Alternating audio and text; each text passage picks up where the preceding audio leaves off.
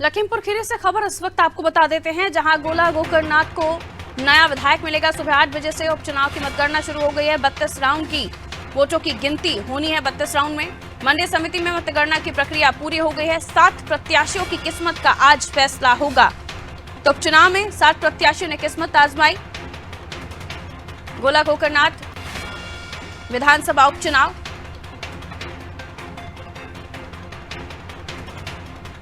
जिसके लिए काउंटिंग हो रही है, मतगणना हो रही है।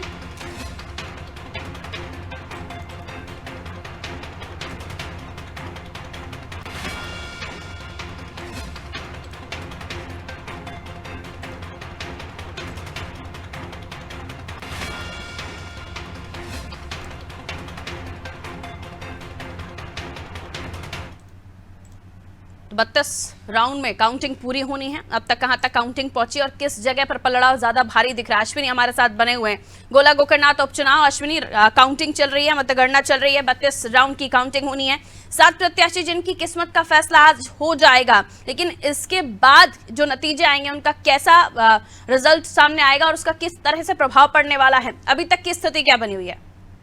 बिल्कुल पारुल, आपको बता दें कि 32 राउंड तक मतगणना होने वाला है गोला गोकर्णनाथ में। अब तक 11 बजे तक 14 राउंडों की जो गिनती हो चुकी है और अभी तक भारतीय जनता पार्टी की जो प्रत्याशी है अमन गिरी, वो लगातार बढ़त बनाए हुए हैं। दूसरे नंबर पर समाजवादी पार्टी की जो विधायक है विनय तिवारी, वो बने हुए हैं। अब तक अगर हम बात करें तो 57,000 वोट जो है वो अमन गिरी को मिल चुका है। वही 41,000 वोट जो है वो विनय तिवारी को मिल गया है। 7 प्रत्याशी चुनावी मैदान में थे, लेकिन जो सीधे लड़ाई थी वो समाजवादी पार्टी और भारतीय जनता पार्टी के बीच में था।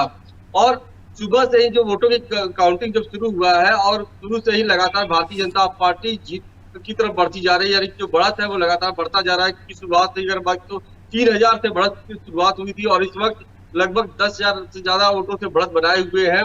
32 राउंड तक गिनती हुई है। जिस तरीके से भारतीय जनता पार्टी ने अपनी स्ट्रेटजी बनाई थी चुनाव के दौरान, जिस तरीके से चुनाव अभियान हुआ, प्रचार प्रसार हुआ था, उसके बाद परिणाम के दिन आज नतीजे में साफ दिख रहे हैं कि लगातार भारतीय जनता पार्टी के जो प्रत्याशी हैं वो जीत की तरफ बढ़ रहे हैं। वो अपना जो बढ़त है वो बनाए हुए हैं।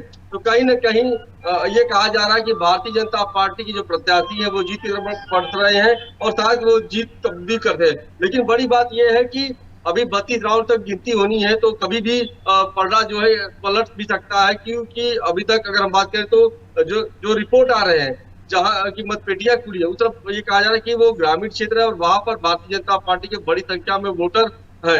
तो अभी कुछ भी हो सकता है, अभी भी कुछ करेंगे। लेकिन अगर हम बात करें कि लगातार जो भारतीय जनता पार्टी के प्रत्याशी है वो जो जीत का बढ़त बढ़ाए जा रहे हैं, तो इससे दावा किया जा रहा है कि लड़ाई जो है वो सीधे तौर पर समाजवादी पार्टी और भारतीय जनता पार्टी के बीच में बनी हुई है। बिल्कुल अश्विनी, ये दोनों ही बड़े दल हम देख रहे हैं उत्तर प्रदेश में, और खासतौर पर जब इलेक्शन की बात आती है तो बाकी दलों की भी बात होती है, जिसमें कांग्रेस बसपा भी शामिल है। लेकिन हमने देखा था इस इलेक्शन में उनका ना आना ये संकेत दे रहा था कि क्या इस लड़ाई में लड़ना ही नहीं चाहती, जीतना तो बहुत दूर की बात है। बहरहाल, लेकिन अब दोनों ही पार्टियां, जो सपा और बीजेपी है, उनकी तरफ से जो कैंडिडेट्स हैं, अब जो जैसे जैसे मतगणना होती जा रही है, जाहिर सी बात है वैसे वैसे पार्टियों के दिल की धड़कन और खासतौर पर प्रत्याशियों के दिल की धड़कन बढ़ रही होगी कि आखिर नतीजे क्या आएंगे। क्योंकि यहाँ से न केवल बहुत सारी चीजें साफ होंगी, बल्कि जो बयानात दिए गए थे इस इलेक्शन, इस उपचुनाव के ड्यूरेशन में, उनसे भी कहीं ना कहीं ये अंदाजा लगाया जा सकेगा कि जनता या फिर जो वोटर्स हैं उनके मनोविज्ञान पर किस तरह का प्रभाव पड़ रहा है इन बयानों का।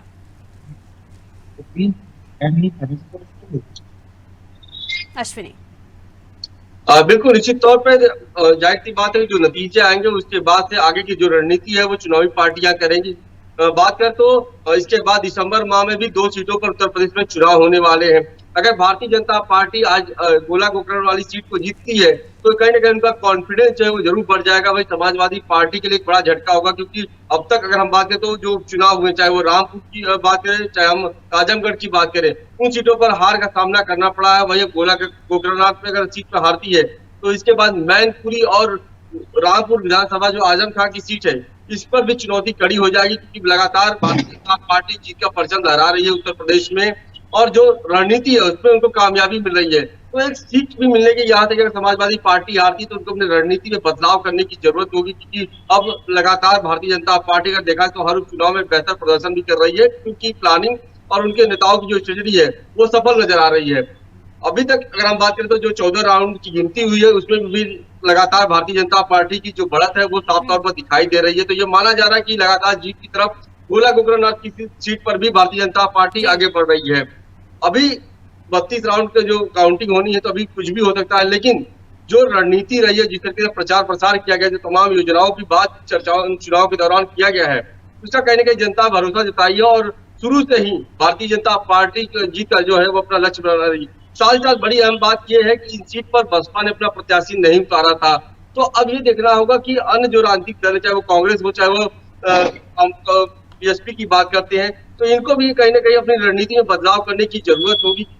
अगर हम बात करें यहाँ पर जो मुस्लिम वोटर थे जिसको लुभाने के लिए समाजवादी पार्टी का दावा किया जाता है कि जो बसपा के वोटर है वो समाजवादी पार्टी अपनी तरफ ले आ सकती है, लेकिन ऐसा होता हुआ नजर नहीं आ रहा है। तो कहीं ना कहीं अब ये माना जा सकता है कि जो वोटर है उनको लुभाने में समाजवादी पार्टी अभी तक कामयाब नहीं है। जो अभी तक चुनावी नतीजे आए हुए हैं, अभी परिणाम में कुछ भी हो सकता है, लेकिन कहना जल्दीबाजी नहीं होगी। लेकिन जो शुरुआत से ही रुझान आए हैं, लगातार भारतीय जनता पार्टी जीत की तरफ बढ़ रही है, तो वो अपने आप में जो जीत का अंतर है, क्योंकि अगर हम बात करें 3000 से शुरुआत हुई थी और इस वक्त 11,000 से ज्यादा वोटों का जीत का अंतर जो है वो बढ़ गया है।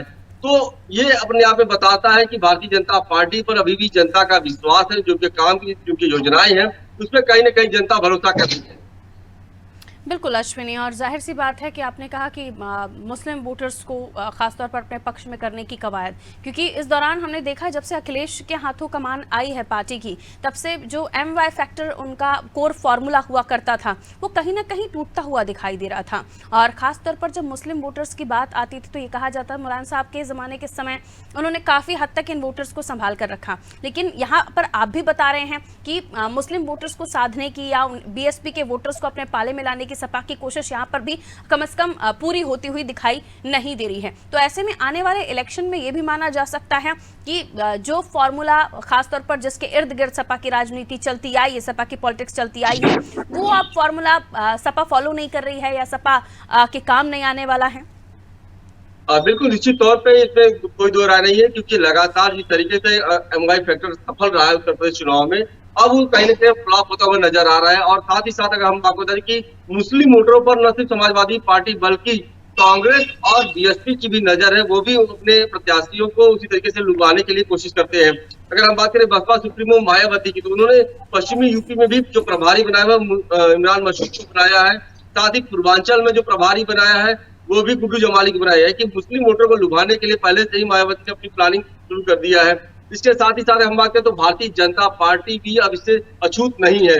हालांकि पहले ये कहा जाता कि भारतीय जनता पार्टी में मुस्लिम मतदाता की संख्या कम है, लेकिन अब इसमें इजाफा देखने को मिल रहा है। लगातार अगर हम बात करें तो पसमंदा समाज की बात खुद प्रधानमंत्री नरेंद्र मोदी कर रहे हैं, मुख्यमंत्री योगी आदित्यनाथ कर रहे हैं, और पसमंदा समाज की ओर से बैठकें भी की जा रही है। तो मुस्लिम वोटरों को लुभाने के लिए भारतीय जनता पार्टी भी पीछे नहीं है। और ये कहीं ना कहीं सबसे बड़ा नुकसान जो है वो समाजवादी पार्टी के लिए, कि अब मुस्लिम मतदाताओं पर जो सबसे बड़ी पकड़ अपने आप को दावा करती थी, अब वो दावे फेले होते हुए नजर आ रहे हैं। और तमाम जो और राजनीतिक दल पार्टी है, चाहे वो BJP हो, चाहे वो BSP हो, चाहे वो कांग्रेस हो, इन पार्टियों ने अपना दावा ठोकते हुए अब उन प्रत्याशियों को अपनी तरफ लेने में कामयाबी हासिल कर रही है। और यही वजह है कि लगातार उत्तर प्रदेश में समाजवादी पार्टी का प्रदर्शन जो है वो बेहतर नहीं दिखाई दे रहा है, और अब MY फैक्टर भी पूरी तरीके से फ्लॉप होता हुआ नजर आ रहा है। और ये अखिलेश यादव के लिए एक बड़ी चुनौती सामने नजर आ रही है कि BSP भी पूरी मजबूती से इसी फैक्टर पर काम कर रही है।